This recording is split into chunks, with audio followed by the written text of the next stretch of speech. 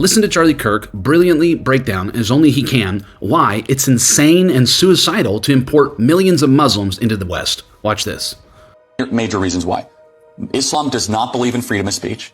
Islam does not believe in freedom of religion. And Islam does not believe in separation of mosque and state. Those three things are antithetical to the West.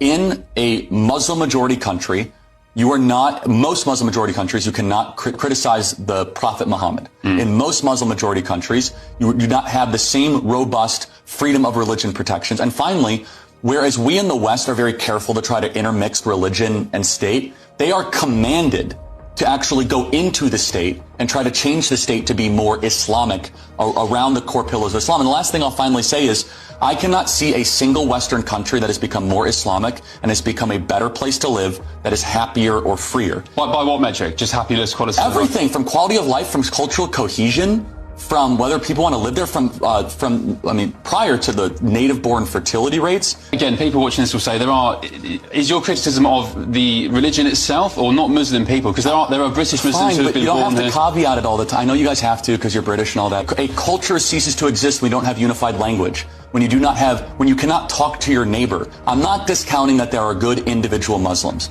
The question that we need to reckon with the West is Mohammedanism compatible with the teachings of Blackstone? Is it compatible with the legacy of Wilberforce? All right. And the great thinkers that have come from this country?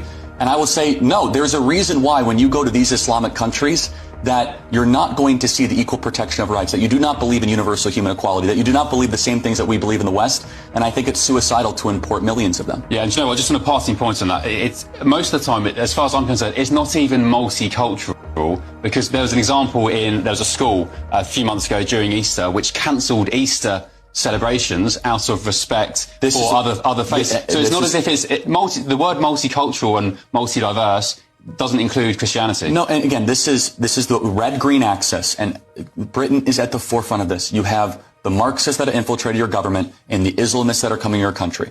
And when they combine together, they both agree on one thing. They have huge disagreements on a lot. They hate the West, and they want to see it broken. In the New Testament, Paul the Apostle told us that where the Spirit of the Lord is, there is freedom.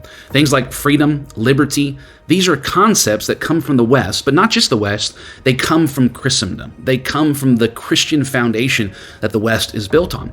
And we're going to have to come to the realization, once again, here in the West, that when you bring in something like Islam, it is incompatible. They don't have the same values. They don't have the same virtues. If you go to an Islamic state that's conquered by Islam, you're not going to have equal protection under the law, equal rights for all. For more content to help you with your Christian walk, be sure to follow, like, and subscribe.